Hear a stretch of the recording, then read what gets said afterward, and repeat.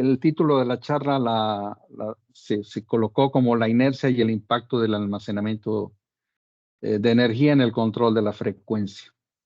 El texto aborda el control de la generación de energía eléctrica, destacando la importancia de mantener la frecuencia y el intercambio de energía entre áreas conectadas. El sistema usual emplea turbinas y generadores síncronos que ajustan su velocidad para equilibrar la potencia eléctrica. Lo que se conoce como el control automático de generación es el elemento que mantiene la frecuencia en México en 60 ciclos, distribuye la energía según acuerdos y optimiza la generación económicamente. Los modelos que usamos en estos resultados que se les van a resumir enseguida son modelos simplificados de turbina y generadores que permiten calcular la potencia inyectada al sistema. En esta tabla que se ve aquí se muestran un resumen muy general del tipo de plantas que está aquí a la izquierda, térmicas, hidroeléctricas, etcétera. Y en este contexto de la frecuencia, pues es muy importante la inercia, como vamos a ver. Y aquí en la columna de la derecha, pues se ve un resumen de más o menos, en general, qué valores de inercia son los que manejan el tipo de turbinas, ¿no? Entonces, este trabajo propone un análisis sobre la inercia actual de la red eléctrica nacional para identificar zonas vulnerables y posteriormente soluciones técnicamente viables que mejoren su operación y reduzcan la generación contaminante. La novedad radica en abordar el comportamiento de la frecuencia, evaluar su estado inercial y proponer soluciones, incluyendo almacenamiento de energía y acciones a corto plazo para solventar la situación de servicios auxiliares y reducir la contaminación. Unas breves palabras sobre el almacenamiento. El aumento de la demanda de almacenamiento de energía exige analizar distintas tecnologías, considerando impacto ambiental, costo, eficiencia y otros factores. Las baterías de litio y el hidrógeno son destacables en este contexto. Este trabajo propone usar almacenamiento para servicios auxiliares en la red mexicana, buscando reservas y reduciendo emisiones.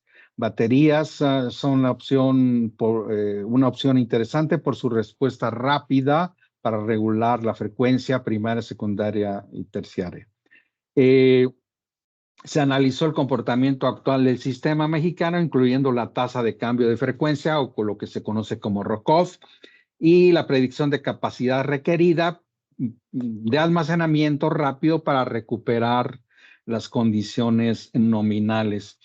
Los estudios sugieren proveer reservas mediante almacenamiento según valores del Centro Nacional de Control de Energía, CENACE, estimando la reducción de emisiones al desplazar generación convencional contaminante. El sistema de estudio. El sistema de estudio es el Sistema Interconectado Nacional utilizando un modelo que se representó básicamente solo en el nivel de transmisión. Dicho modelo contempla 158 generadores y 2.022 nodos de alta tensión distribuidos en las 7 regiones del Sistema Interconectado Nacional. La base de trabajo se apoya en el caso base de 2018. Cabe mencionar que algunas plantas privadas no se consideraban por falta de información técnica. En resumen, el texto describe el uso de un modelo lineal para evaluar la respuesta del sistema interconectado ante variaciones en la demanda de energía. El sistema abarca 7 zonas, como ya comentaba, 7 zonas de control, ¿verdad? Que son la noroeste, con sede en Hermosillo, la norte, con sede en Torreón, la noreste, con sede en Monterrey, los sistemas central, con sede en Ciudad de México, por supuesto, que es el central, es el que coordina a todos los demás, el occidental, que está aquí en Guadalajara, el sureste, que está en Puebla, y el peninsular, que está en Mérida. El sistema es de topología longitudinal, como puede observarse en esta imagen, con sus respectivas implicaciones operativas. En consecuencia, la seguridad dinámica suele ser un problema Ese diagrama unifilar evalúa las desviaciones de frecuencia. En este trabajo más bien se evalúan las desviaciones de frecuencia y la tensión ante casos de un cambio abrupto en las condiciones de la carga.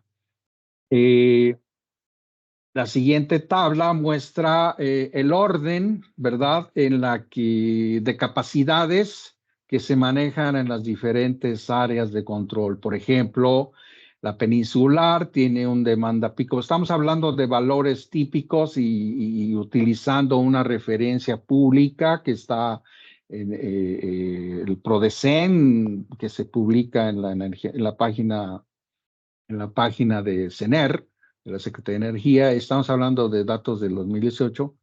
Tiene unas demandas pico, ¿verdad? La demanda promedio, el valor de la inercia y la energía cinética que maneja en unas condiciones nominales estos valores de inercia. Note aquí es muy importante enfatizar que aquí los valores de la inercia están normalizados para una base de potencia de 2 gigawatts, ¿verdad?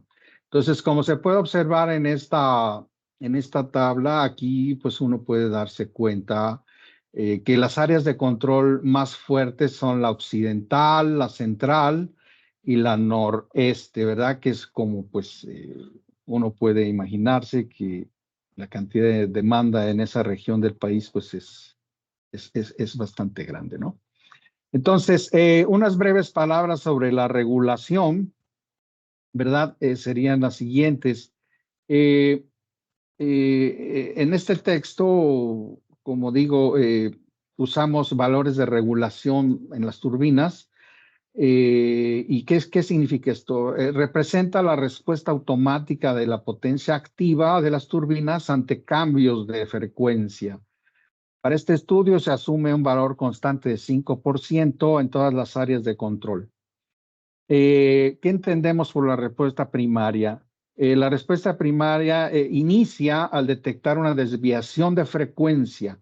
Si sobrepasa 200 milihertz, el 50% de la reserva primaria se libera en 20 segundos. A eso le llamamos reserva giratoria, ¿verdad? Y tiene que ver, pues, íntimamente con el contenido de la tabla anterior, que era cuánta energía cinética está almacenada en los rotores de cada una de las áreas, que ante un evento de un cambio brusco de demanda, pues la liberan prácticamente de manera inmediata. Y esa es lo que se conoce, en pocas palabras, como la reserva, como la respuesta primaria, perdón. Entonces, ahora, una vez que consideramos estas cosas, vayamos a esta otra imagen que representa. Doctor, Perdón. Sí, sí, creo que sí, me cambié de imagen y no cambié de esto. Ahora sí, ¿verdad? listo, ya se observa. Sí. Ok, perdón, sí, gracias.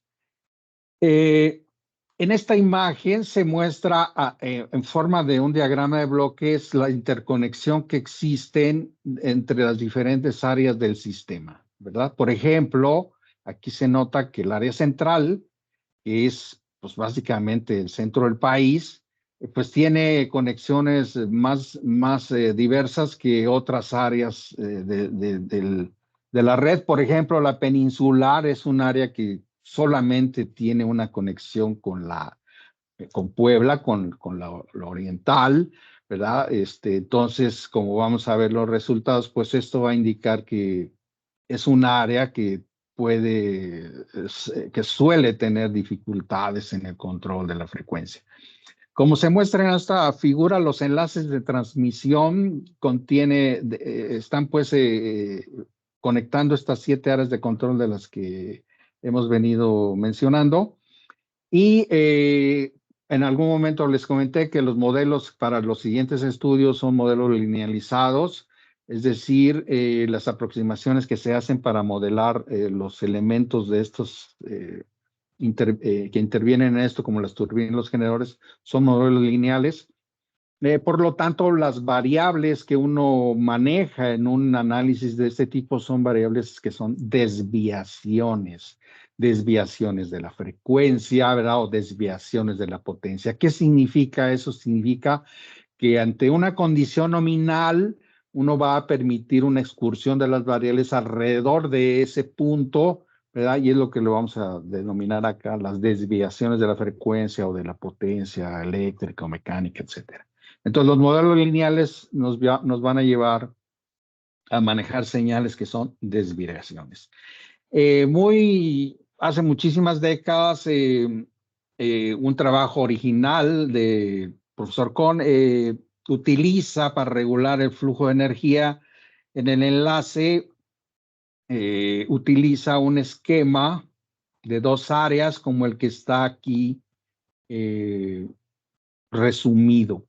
Este esquema se los explico rápidamente. Por acá abajo hay una área de control y por acá arriba está otra área de control. Son dos áreas de control que están totalmente simétricas, digamos, ¿no? Los bloques que están aquí indicados son bloques que representan elementos que intervienen en el control de la frecuencia. Por ejemplo, aquí está la turbina y su gobernador, ¿verdad? En ambos casos, tanto arriba como abajo. Este es un área de control, esta es otra área de control. En este otro lado está la parte de conexión de la parte mecánica con el sistema, es decir, esto ya es la parte eléctrica, donde se convierte la energía mecánica en energía eléctrica. Entonces, este bloque representa ya la parte de la conversión eléctrica y básicamente puede, de manera simplificada, decirse que aquí, en la representación de este bloque, tanto este como este, son la ecuación de oscilación de un generador que tiene que ver con la segunda ley de Newton del balance de potencias mecánicas y eléctricas en este caso. Los disturbios que están aquí indicados como delta PD, ¿verdad? Son los a través de los cuales nosotros vamos a permitirnos simular que hay un cambio de carga en un área o en otra. Las áreas están interconectadas. Esta línea que se ve aquí representa, ¿verdad?, una línea de transmisión que enlaza el área 1 con el área 2.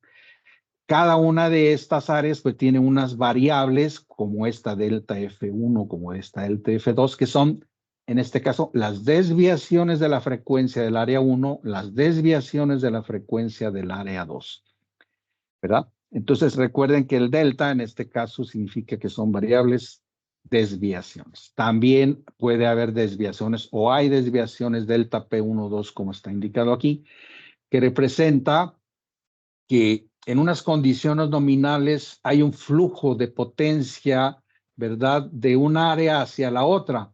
Y ante algún cambio de carga en un área o en otra, pues va a haber una desviación del flujo de potencia.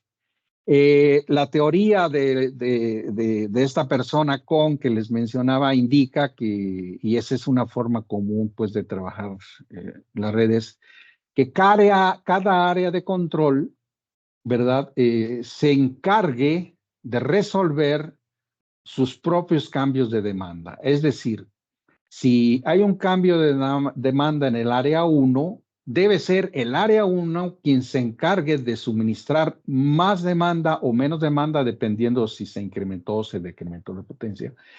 Que haya más demanda o menos demanda a través del control de las turbinas y su regulación. Esta R es el valor de regulación que hace un ratito les comentaba, que en este ejemplo lo tomamos en 5% como un valor bastante típico.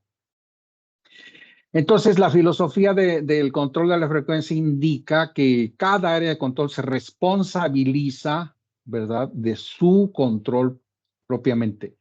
Pero, por supuesto, como estos sistemas están interconectados a través de un enlace, momentáneamente, transitoriamente, ante un cambio de demanda en el área 1 o 2, pues se mueve la demanda del enlace, ¿verdad?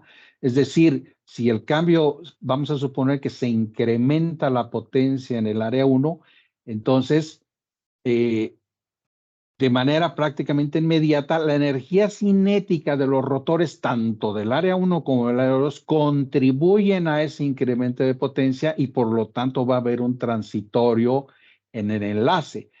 Ese transitorio irá decayendo a cero conforme el área 1 se encargue de asumir el incremento de carga que existió en su propia área. Lo mismo sucedería para el área 2. Entonces, ese es el sentido que tiene esta filosofía del control de la frecuencia, que cada quien se encargue de sus demandas, pero por supuesto, al estar interconectados significa que transitoriamente hay una ayuda mutua, ¿verdad?, entre todas las áreas ante alguna emergencia. Este ejemplo es el clásico de un texto de control de frecuencia. Y acá, en este trabajo, pues lo usamos, ese mismo concepto, donde cada bloque que está indicado aquí, pues representa un área de control como la de la figura anterior, y todas estas, pues, están interconectadas unas con otras. Es decir, todas estas líneas son líneas de enlace que interconectan unas áreas con otras. Pero la filosofía que se sigue es la filosofía clásica del control de la frecuencia. Como datos generales de las diferentes ganancias y constantes de tiempo de esos diagramas de bloques, pues están, ¿verdad?, aquí resumidos los principales para las diferentes áreas, la peninsular, la este, la central, etcétera, ¿verdad? Estas son el valor de los diferentes parámetros que van en los bloques que representan, ¿verdad?, las turbinas, el gobernador, la parte eléctrica, la inercia, etcétera. Estos son el resumen de los valores típicos que se usaron en este trabajo. Bien, una vez dicho esto, pues podemos resumir esta parte diciendo que el control automático de la generación permite modificar la velocidad del rotor de los generadores y por tanto la frecuencia del generador. Como se demostró hace mucho tiempo, se incluye el control integral para llevar el error de estado estacionario a cero. Si regresara a la figura anterior, esa parte que menciona aquí sobre el control integral es este bloque que, como ven aquí, es un integrador, tanto en el área 1 como en el área 2, y ese permite que ante desviaciones de las señales se pueda regresar a tener un error cero. Es decir, se permite llegar a un estado estacionario si las condiciones y el amortiguamiento pues, son los apropiados, ¿verdad? Muy bien. Se hicieron algunos otros, o se hacen algunos otros supuestos, algunos de los cuales resumo brevemente enseguida. La energía cinética es vital para el control de la frecuencia en este caso, ¿verdad? Porque compensa las variaciones de carga. Cuando aumenta la demanda de electricidad, la frecuencia del sistema disminuye. Esto se debe a que la potencia mecánica suministrada por las turbinas debe ser igual a la potencia eléctrica consumida por las cargas. Si la demanda aumenta, la potencia mecánica también debe aumentar. Sin embargo, esto no siempre es posible, por lo que la energía cinética almacenada en los generadores se utiliza para compensar la diferencia. Así pues, la energía cinética es un factor crítico para el control de la frecuencia y la estabilidad. A continuación, se hacen algunas suposiciones generales sobre el comportamiento, ¿verdad?, de algunas de estas variables. Por ejemplo, el sistema funciona, suponemos que originalmente el sistema funciona en un estado de equilibrio, un estado estacionario, es decir, un estado en el que la potencia generada igual a la potencia demandada más las pérdidas. Como resultado de esto, en estado estacionario, la frecuencia pues es de la nominal. En México, pues 60 ciclos. Entonces, esa es una suposición que hacemos, pues de entrada para generar toda la información previa a suponer que va a existir un disturbio, por ejemplo, un incremento de carga en un área o en otra. ¿De acuerdo? Entonces, es un conjunto de suposiciones, aparte de los parámetros que se utilizaron para esta simulación. Las formulaciones en este contexto, todos esos diagramas de bloques, pues representan, para cada una de las áreas, representan un conjunto de ecuaciones diferenciales como el que está aquí resumido. Cada una de las áreas tiene una desviación de frecuencia, una desviación de potencia en la turbina, ¿verdad? Y en otras los valores de referencia, la potencia en el enlace, etcétera, ¿no? Entonces, cada una de las áreas está formulada como un conjunto de ecuaciones diferenciales, como la que aquí se describe para el área 3, si no me recuerdo, o 1. Pero aquí es muy importante lo siguiente, ¿dónde se conecta una con otra? Como ya vimos en el diagrama anterior, ¿verdad? Las áreas de control están interconectadas, ¿verdad? Entonces, significa que en las formulaciones para llevar a cabo estos estudios en el contexto lineal, significa que hay variables de un área que están afectando a variables de otras áreas. Aquí, por ejemplo, se nota, ¿verdad?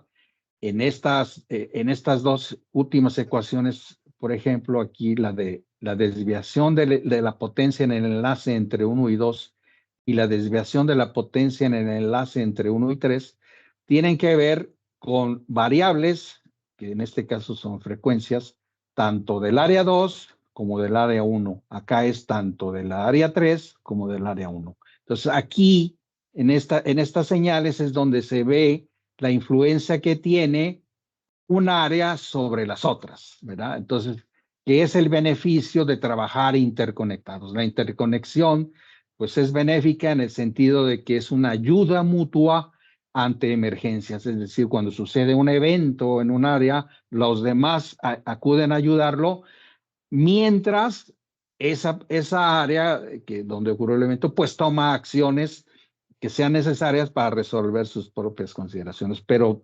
momentáneamente, transitoriamente, ¿verdad? Todas las áreas contribuyen para tratar de resolver el problema y esa relación entre las diferentes áreas se muestra como ejemplo aquí, ¿verdad? En un área que está conectando entre 1 y 2 y entre 1 y 3. Ok. Por otro lado, ya que es un análisis de tipo lineal del control de la frecuencia que se hizo aquí, el concepto de los valores propios pasa a ser fundamental, es decir, las formulaciones, como ya se dijo aquí en ecuaciones diferenciales, cuando ya juntamos todos los modelos de todas las áreas, pues vamos a llegar en este caso a un sistema, si no mal recuerdo, por ahí de 35 variables de estado, ¿verdad? Más 37 para ser exactos, son 37 variables de estado. Entonces formamos una matriz de estados, ¿verdad? A la cual le calculamos sus valores propios y los valores propios nos van a indicar acerca de la estabilidad o no de estas variables, en este caso específico de la frecuencia que nos interesa bastante, ¿verdad? Entonces el comportamiento de los valores propios los graficamos aquí, como en esta figura se muestra. Es muy probable que la imagen esté muy pequeña. Lo voy a tratar de agrandar para ver si se observa un poquito mejor, ¿verdad? Este es un comportamiento de un grupo de valores propios. ¿Cuáles valores propios? Si estamos hablando de un sistema que tiene 37 variables de estado, entonces aquí va a haber 37 valores propios. Entonces, ¿de cuáles estamos hablando? Pues aquellos que tienen que ver con la desviación de la frecuencia, los valores electromecánicos, los valores propios electromecánicos. Entonces aquí están seleccionados únicamente para el gráfico los valores propios que se asocian al transitorio electromecánico, ¿verdad? Entonces son este conjunto de valores propios que tienen aquí un color diferente, ¿verdad? Y específicamente en el eje de abscisas está graficada la parte real de esos valores propios. Recuerde usted que en la solución de ecuaciones diferenciales lineales, la parte real de esos valores propios implica la estabilidad o no, ¿verdad?, del fenómeno transitorio. Entonces, cuando un valor propio atraviesa, se vuelve positivo, significa que aquello perdió estabilidad, que aquello perdió estabilidad. Entonces, como puede ver aquí, hay valores positivos en el eje de ordenadas, indicando que, por ejemplo, aquí el modo en color azul, el valor propio en color azul, ¿verdad? Pasa de valores negativos que implican estabilidad, pasa a valores positivos que implican inestabilidad. En el eje de abscisas, el eje de las X, ¿qué se graficó en el eje de las X? Se graficó lo que aquí está denominado como un factor de reducción de la inercia. ¿A qué nos estamos refiriendo con esto? Vea usted. En esta representación de la red nacional, asumimos que debido a la conexión de plantas renovables, llámese fotovoltaica, llámese eólica principalmente, habría una reducción de las inercias del sistema, ¿verdad? Es decir, cuando usted sustituye una planta térmica por una planta fotovoltaica, lo que está perdiendo, entre otras cosas, es la inercia. Y la inercia es fundamental para el control de la frecuencia. Como ya dijimos, a través de la liberación de la energía cinética almacenada en los rotores, pues es que se toma prestada esa energía cinética para resolver problemas del control de la frecuencia. Entonces, aquí hemos asumido que las diferentes áreas han perdido inercia a través de desplazar o de desconectar plantas convencionales y conectar plantas renovables que no tienen inercia en general, ¿verdad? Entonces, eso es lo que se graficó en estas imágenes en el eje de abscisa.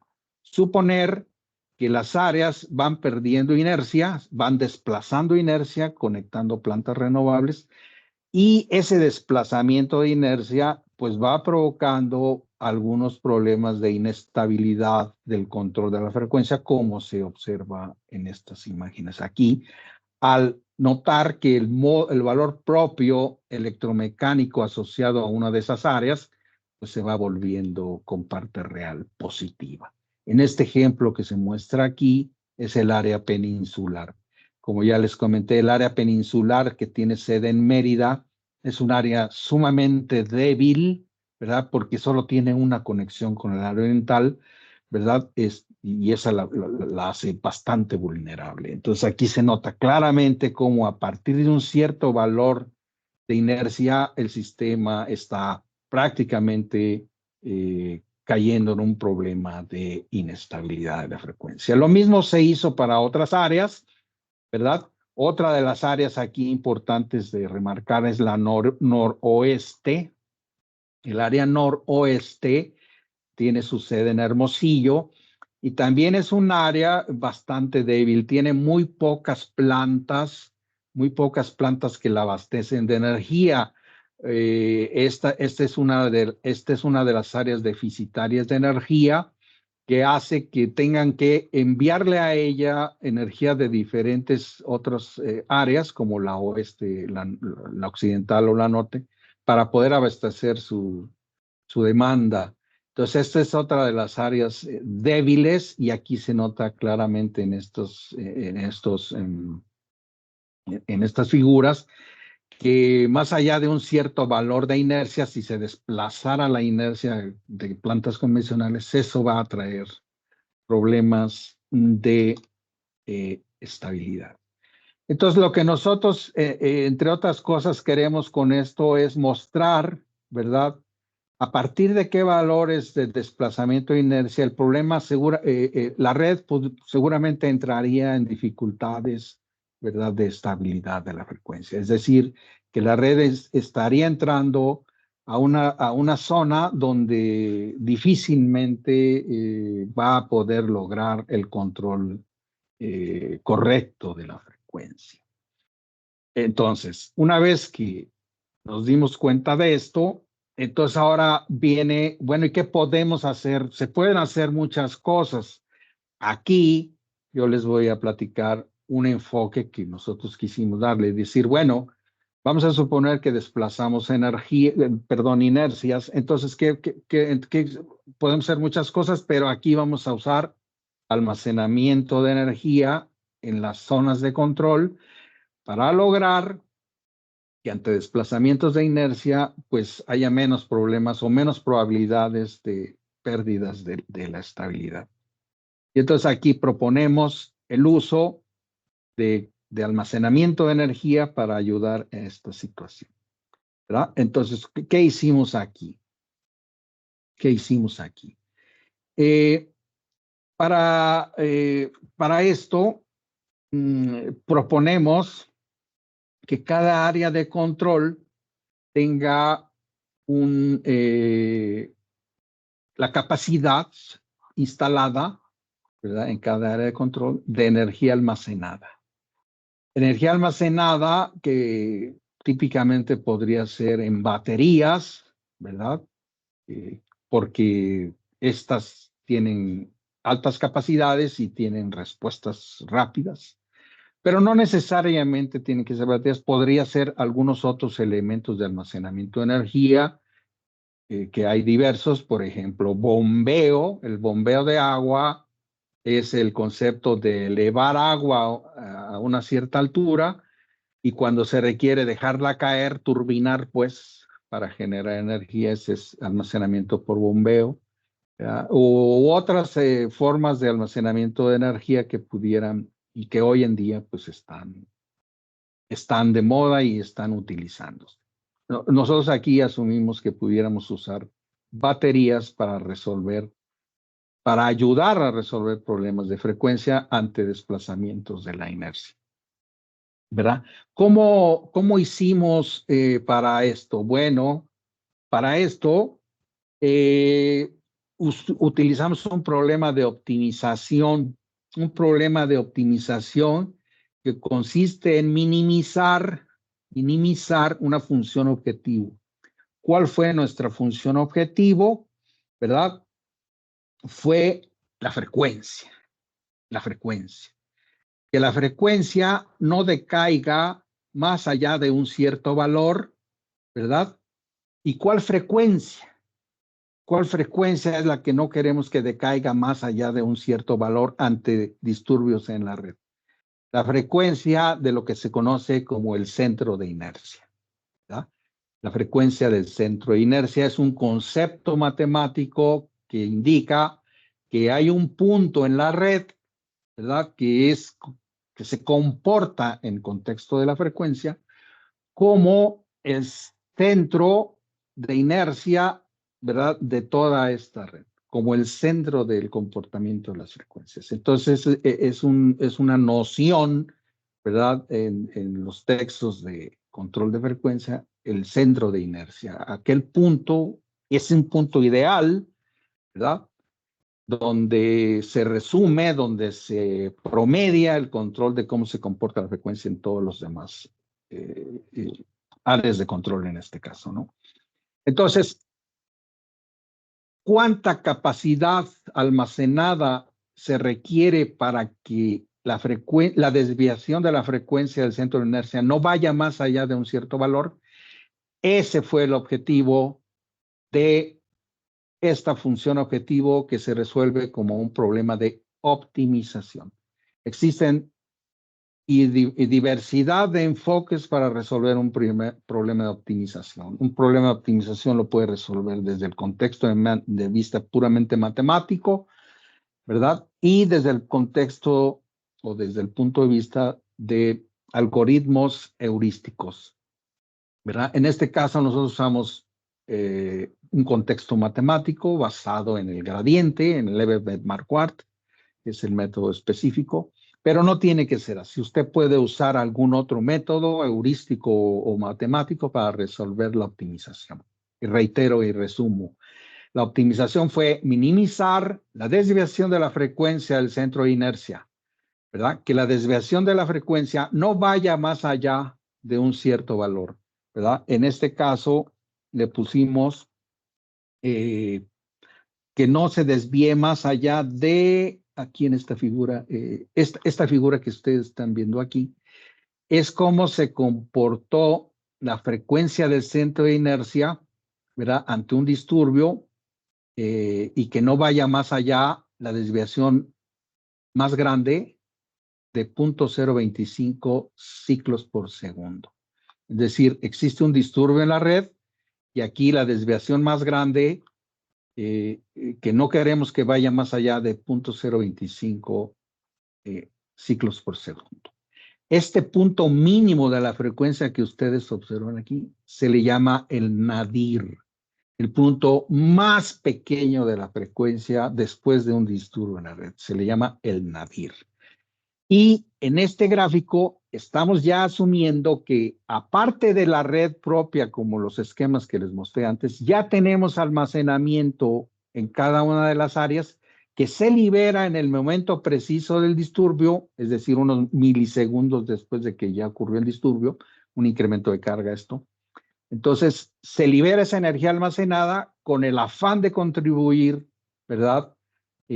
A detener la excursión de esta caída de frecuencia que es peligrosísima. Si esta caída de frecuencia es muy pronunciada, es bien difícil que se recupere y regrese la frecuencia a valores nominales. Recuerde, como ya lo dijimos hace un ratito, aquí en el eje de ordenadas está graficando la desviación de la frecuencia. Por eso el 0 significa que la frecuencia regresa a sus condiciones nominales después de un disturbio. Entonces ese fue el punto de vista que tuvimos para decir, quiero resolver problemas de frecuencia, ayudar a resolver problemas de frecuencia utilizando almacenamiento de energía. Y entonces la solución del problema de optimización nos llevó a estos valores, ¿verdad? Entonces, si usted quiere controlar la frecuencia del centro de inercia, que es aquí lo que se llama el COI, ¿verdad? Instale en el área peninsular 42 megawatts de energía almacenada, en el área este o oriental 77, etcétera, y así están los valores en cada una de megawatts de almacenados en cada una de las áreas. Con esto, al menos si los tuviésemos instalados, estaríamos asegurando que la frecuencia del centro de inercia no se desvíe más allá de estos 0.025 ciclos por segundo. Ese fue el enfoque que se le dio aquí al uso de almacenamiento de energía para resolver problemas de la frecuencia. Y una vez que seleccionamos cuántas capacidad habría que instalar de almacenamiento, pues verificamos que ante disturbios en la red en diferentes puntos, efectivamente la frecuencia regresara a sus condiciones nominales, por un lado, para seguir teniendo estabilidad de frecuencia, pero también por otro, confirmar que las desviaciones en la frecuencia no fuesen más allá de ese valor indicado. Entonces, esto nos permitió confirmar que efectivamente con esa ayuda del almacenamiento de energía íbamos a poder lograr mejorar el comportamiento de la frecuencia, ¿no? Ante las desviaciones o reducciones en los valores de la inercia, si son desplazados por el uso pues cada vez más frecuente de plantas fotovoltaicas. Ese fue el enfoque que le dimos aquí. Como digo, para no extenderme demasiado, yo originalmente creí que iba a poder abordar más, pero les comento lo siguiente. Este uso del almacenamiento de energía fue con ese propósito, control de la frecuencia. También podemos pensar en darle un uso adicional al almacenamiento de energía. Y ese uso adicional es para prestar servicios auxiliares, ¿verdad? ¿Qué significa esto? Las redes eléctricas prestan servicios auxiliares para garantizar un suministro eléctrico seguro y eficiente. Entre ellos se encuentran la regulación de la frecuencia, la reserva de potencia, la respuesta a las perturbaciones, la estabilidad del sistema y la calidad de la energía. ¿Verdad? Son servicios auxiliares típicos que la red, que que las compañías eléctricas deben proporcionar. Y en muchos países estos servicios se cobran aparte, es decir, se pagan, ¿verdad? La regulación de la frecuencia es un servicio auxiliar esencial para mantener la estabilidad del sistema eléctrico. La frecuencia de la red eléctrica está directamente relacionada con la potencia generada y la demanda. Cuando la demanda aumenta, la frecuencia disminuye. Cuando la demanda disminuye, la frecuencia aumenta. Los servicios auxiliares de regulación de frecuencia se dividen en dos categorías. La regulación primaria, que es la respuesta instantánea de los generadores a las variaciones de frecuencia, y que ya dijimos que normalmente proviene de energía cinética almacenada en los rotores, y la regulación secundaria, que es la respuesta a medio y largo plazo de los generadores a las variaciones de frecuencia. La proporción, la reserva de potencia es la capacidad de los generadores para aumentar o disminuir la potencia generada en respuesta a un cambio en la demanda. Así, la regulación secundaria es necesaria para restablecer la frecuencia a su valor nominal después de un suceso que haya provocado una desviación significativa de la frecuencia. Cada día, para el mercado diario de energía, la compañía eléctrica publica sus necesidades de capacidad para hacer frente a una posible contingencia grave, por ejemplo, la desconexión del mayor generador del sistema. Dado que el principal servicio auxiliar en México es el control de frecuencia, nos centramos en él, es decir, disponer de suficientes recursos de almacenamiento de energía para hacer frente a eventuales perturbaciones severas de la frecuencia, mantener la contribución energética durante unas decenas de minutos y repetir dicho ciclo unas decenas de veces al año. Todo ello, ¿verdad?, para cada una de las zonas de control. ¿Qué queremos decir con todo esto? Que aparte de usar energía de almacenamiento para resolver problemas inmediatos de la frecuencia, estamos proponiendo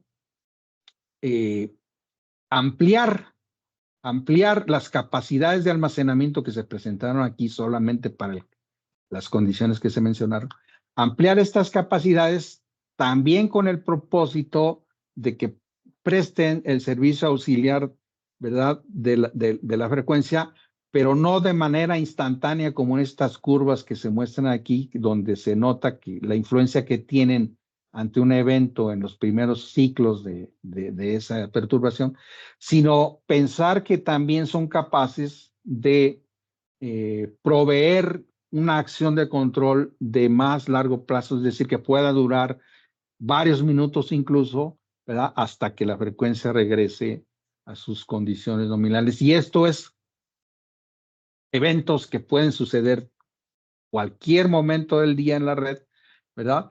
Y que en este caso el SENACE publica en el día anterior, cada día, publica cuántos requerimientos, ¿verdad?, de potencia disponible va a requerir para el día siguiente la oferta, y hay gente que dice, ok, yo te puedo vender tal capacidad, y así entre diferentes grupos que venden esa capacidad.